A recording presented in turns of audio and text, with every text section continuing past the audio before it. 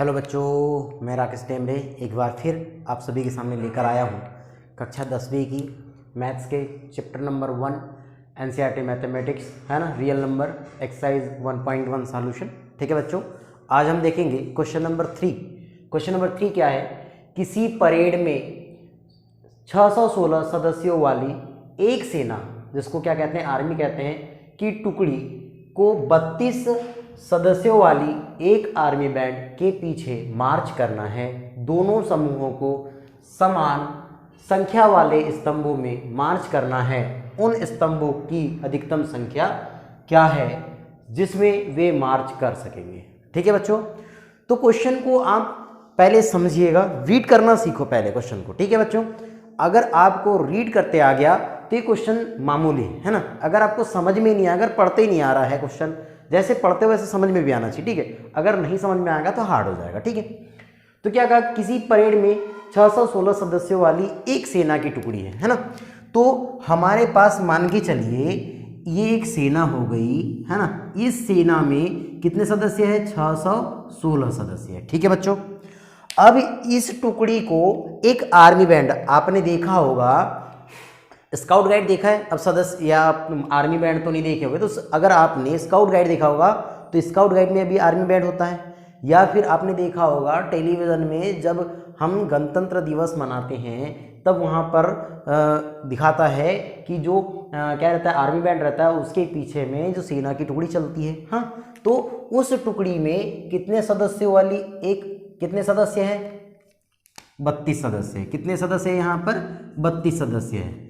चलता है टुकड़ी को 32 सदस्यों वाली एक आर्मी बैंड के पीछे मार्च करना है। मार्च करने का मतलब होता है चलना, लेफ्ट राइट वाला। ठीक है, दोनों समूहों को समान संख्या वाले स्तंभों में मार्च करना है ना। दोनों समूह जो है, इन दोनों समूहों को समान स्तंभों, है ना, स्तंभ का मतलब कॉलम, है ना, समान स्तंभों की बात करेंगे। 1 2 3 4 कितने स्तंभ होंगे, है ना। दोनों समूहों को समान स्तंभों वाले समान संख्या वाले स्तंभों में मार्च करना है। उन स्तंभों की अधिकतम संख्या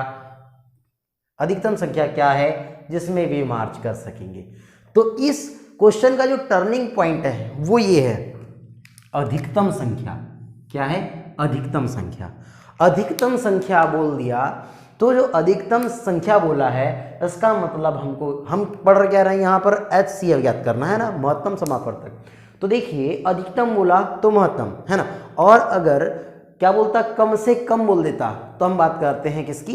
LCM की, है ना, लघुत्तम समापवर्तक की। अधिकतम बोला तो हमको क्या करना है? महत्तम समापवर्तक लगाना है, और इसमें हमको उस स्तंभों की संख्या ज्ञात करनी है। तो देखते हैं हल इसका। हल में देखेंगे, हल में लिखेंगे कि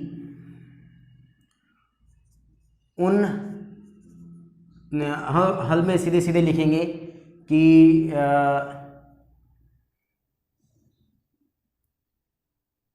सेना में सदस्यों की संख्या बराबर 616।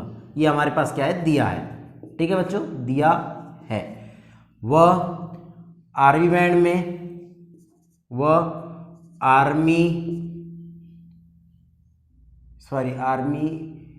बैंड की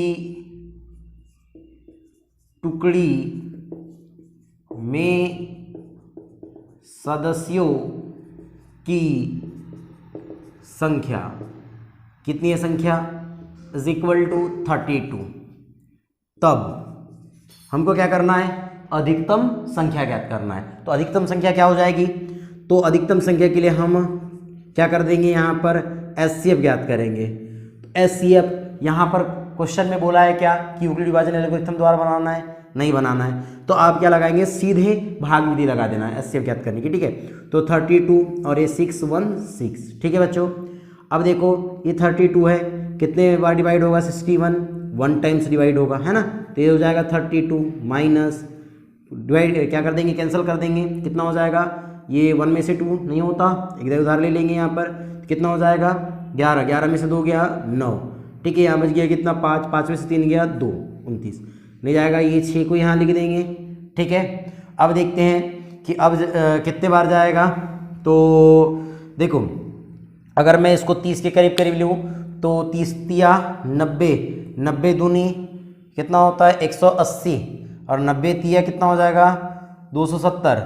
तो 3 दूनी 6 3 3 9, 9 बार लेकर के चलते हैं तो कितना हो जाएगा, अधिक हो जाएगा, 9 दूनी 18, अधिक होता है 7। 8 बार लेके चलता हूँ तो कितना हो जाएगा, 8 दूनी 16 की 6, हासिल का 1, 8 3 24 और 1 25। ठीक है, 25 हो गया। अब देखो माइनस करते हैं, कितना हो जाएगा 1 हो जाएगा। ये तो 8 बार नहीं, आप कितने बार लेकर के चलो, 9 बार लेकर के चल देते हैं, मान के चलो 9 बार लेकर के चलते हैं, क्योंकि नहीं हो रहा है ना, तो 9 बार छोटी संख्या होगी। तो कितना हो जाएगा, 9 दूनी 18 की 8, हासिल का 1 है ना, और 8 9 1 कम, 9 9 9 3 27, 27 और 1 28, घटा दो कितना आ जाएगा। अब देखो ये होगा हमारा 6 16, 16 में से 8 गया तो 8, ये हो गया हमारा। अब देखो यहाँ बच गया 8, 8 में से तो ये 0 हो गया टोटल पूरा। ठीक है, अब देखो नहीं होगा, 8 है 32 को यहाँ लिख देंगे हम। देखो 8 ही कमा 8 16 8 3 24, 8 4 32, कितना आ गया 0। तो अंतिम हमारे पास भाजक क्या बचा, 8 बच गया। तो हम क्या कहेंगे, अतः अधिकतम स्तंभों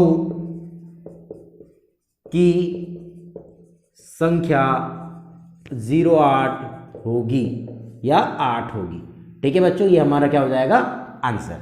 तो आप इस प्रकार से इस क्वेश्चन को हल कर सकते हैं। ठीक है, देखिए बच्चों next question, question number 4।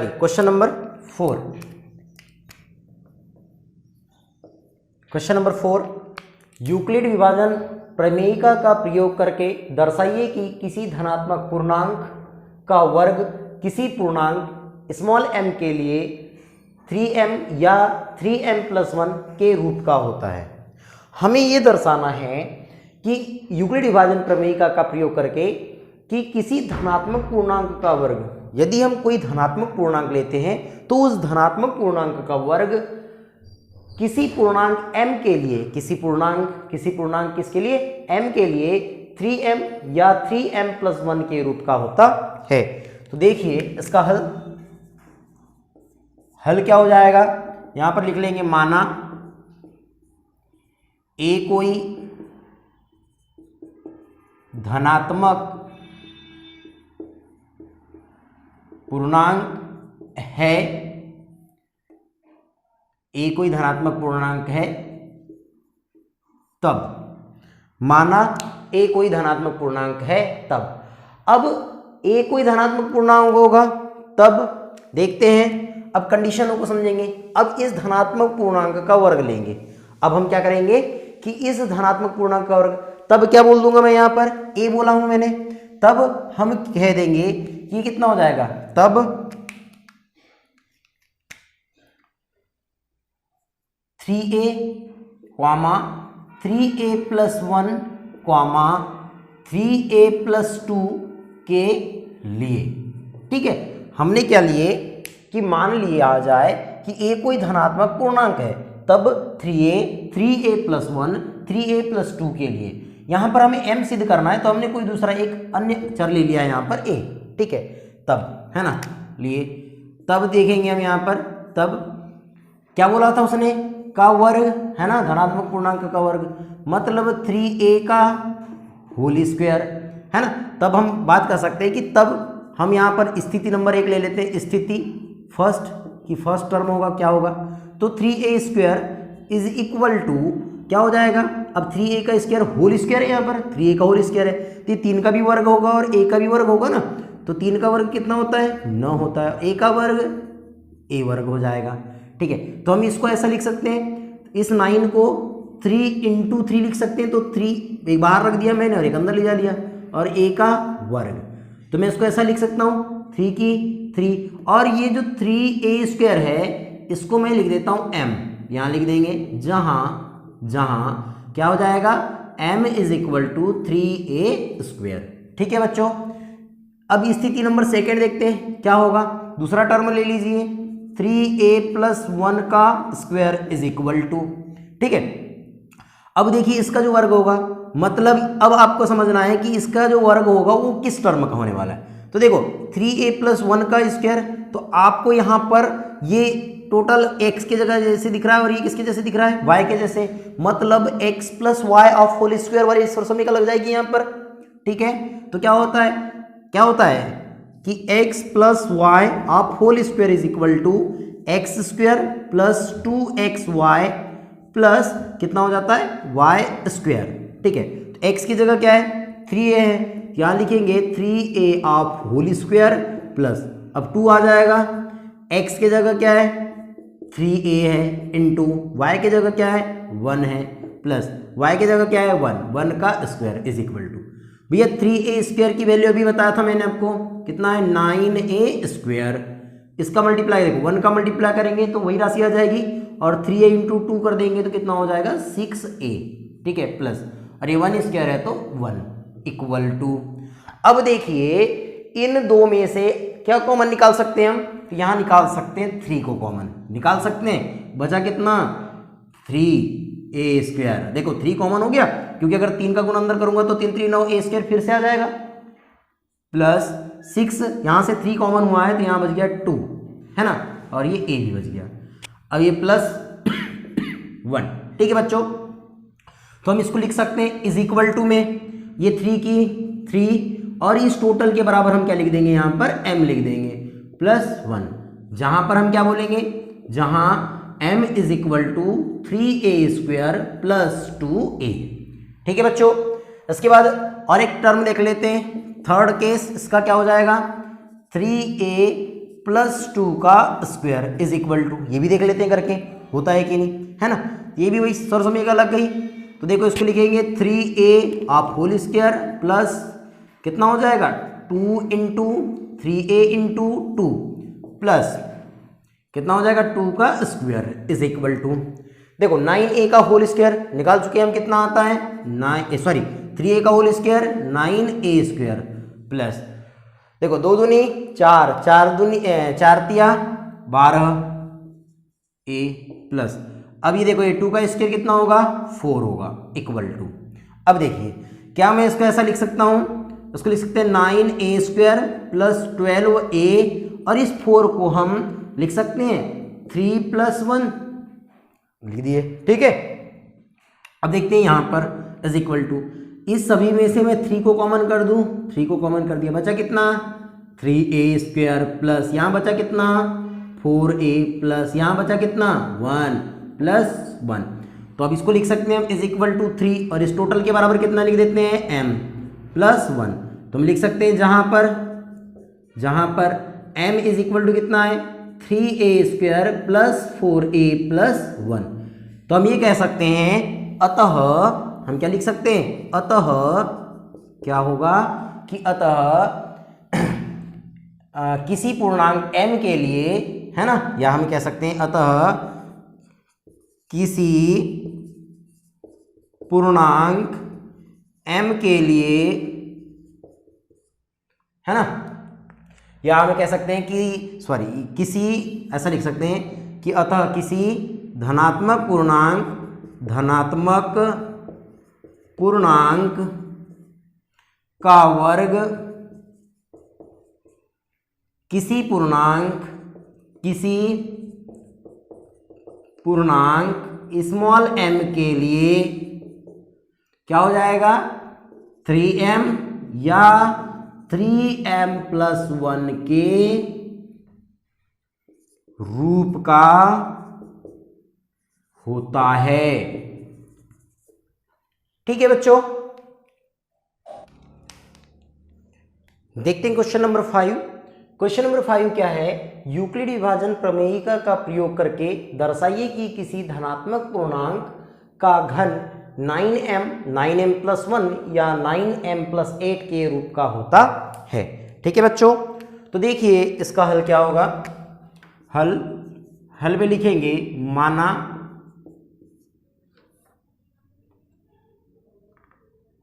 x कोई धनात्मक पूर्णांक है जिसे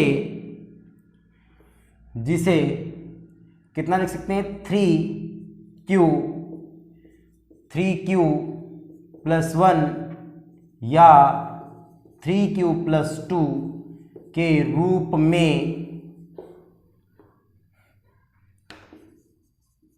लिख सकते हैं तब। ठीक है, अब देखिए हमने मान लिए कि x कोई धनात्मक पूर्णांक है जिसे 3q प्लस 1 या 3q प्लस 2 के रूप में लिख सकते हैं तब। ठीक है बच्चों, तब क्या हो जाएगा, तब फर्स्ट केस देखते हैं, है ना। फर्स्ट टर्म में देखते हैं स्थिति नंबर 1। स्थिति नंबर 1 क्या होगी, तो देखते हैं क्या बोला है कि उस धनात्मक पूर्णांक का घन, तो इस धनात्मक पूर्णांक ले लेते हैं 3q का घन किस टर्म का होता है 9m। तो देखते हैं कैसे होगा, तो देखो 3q आप होल क्यूब है ना, 3q का होल क्यूब है, तो देखो ये 3 का भी क्यूब है और q का भी क्यूब है, तो 3 का क्यूब कितना हो जाएगा 27 और एक क्यूब इज इक्वल टू, मैं इस 27 को क्या लिख सकता हूँ 9 इंटू 3 लिख सकता हूँ, है ना, और ये क्यूब इज इक्वल टू ये 9 का 9 और ये 3q क्यूब को हम m लिखेंगे, जहाँ पर क्या लिखेंगे, जहाँ क्या हो जाएगा 3q cube is equal to m। ठीक है, इसके पश्चात स्थिति नंबर सेकंड देखेंगे। सेकंड क्या हो जाएगी कि 3q प्लस 1 आप whole cube is equal to, अब देखिए 3q प्लस 1 आप होल क्यूब, अब आपको यहां पर एक आइडेंटिटी याद आ रही होगी कि x plus y of whole cube is equal to x cube plus 3x square y plus 3xy square plus y cube. ठीक है, उस आइडेंटिटी की हेल्प से। ठीक है बच्चों, तो देखते हैं इसको लिखेंगे, क्या हो जाएगा, ये हो जाएगा 3q आप होल क्यूब प्लस 3q आप whole square into 1 plus 3 into 3q into 1 square plus 1 cube. तो हम इसको ऐसे राइट कर सकते हैं, देखिए इसको लिखेंगे 27 क्यूब प्लस देखो 3 का स्क्वायर 9 है ना, 9 3 जा 27 और ये क्यूब, और इसमें अगर 1 का मल्टीप्लाई करते हैं तो यही आ जाएगा प्लस, अब देखिए इसको लिखेंगे तो कितना हो जाएगा 3 3 9 क्यूब, 1 का मल्टीप्लाई यही होगा प्लस 1 इज इक्वल टू, इन सभी में से आप 9 कॉमन कर सकते हैं, कॉमन हो जाएगा, तो ये 27 में से 9 कॉमन होगा तो 3 बच गया, ये क्यूब प्लस यहाँ 3q प्लस 1 सॉरी क्यूब और ये प्लस 1, तो हम इसको ऐसा लिख सकते हैं 9 और इस टोटल के बराबर हम क्या लिखेंगे m प्लस 1, जहाँ पर क्या बोलेंगे, जहाँ m is equal to 3q plus 3q plus 1 हो जाएगा। ठीक है बच्चों, इसके पश्चात थर्ड टर्म देख लेते हैं, क्या होगा कि 3q प्लस 2 आप whole cube is equal to, अब देखिए इसको लिखेंगे ये भी हो जाएगा 3q आप whole cube plus 3 into 3q आप whole square plus into 2 plus 3 into 3q into 2 square plus 2 cube.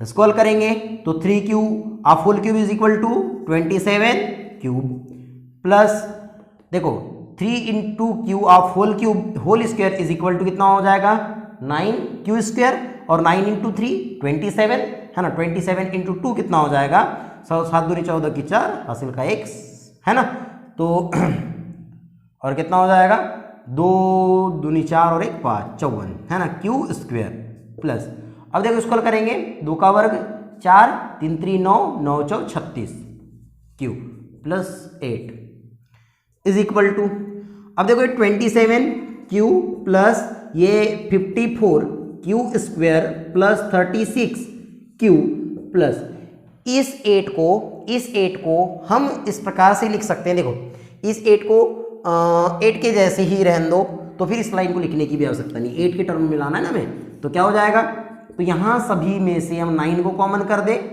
तो देखो कितना हो जाएगा 3q क्यूब प्लस कितना हो जाएगा, यहाँ से 9 कॉमन होगा तो है ना 9 छक 54, तो 6q स्क्वायर प्लस और यहाँ से 9 9 36 क्यू प्लस 8, तो इसको लिखेंगे 9 और इस टोटल को क्या लिखेंगे हम m प्लस 8, जहां क्या हो जाएगा m is equal to 3q cube plus 6q square plus 4q।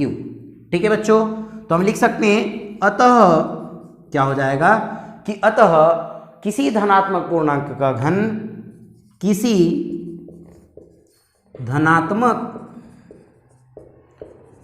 पूर्णांक का घन क्या हो जाएगा 9m। देखो 9m दिख गया आपको, ये देखो 9m, फिर ये मिल जाएगा 9m प्लस 1 और फिर आपको ये दिख गया या 9m प्लस 8 रूप का होता है। ठीक है बच्चों, तो यहां पर ये क्वेश्चन आपको समझ में आ गया होगा, क्वेश्चन नंबर 5, कि किस प्रकार से यूक्लिड विभाजन एल्गोरिथम द्वारा हम किसी भी धनात्मक पूर्णांक के वर्ग को घन को 9m प्लस 1 या 9m प्लस 8 के रूप का लिख सकते हैं।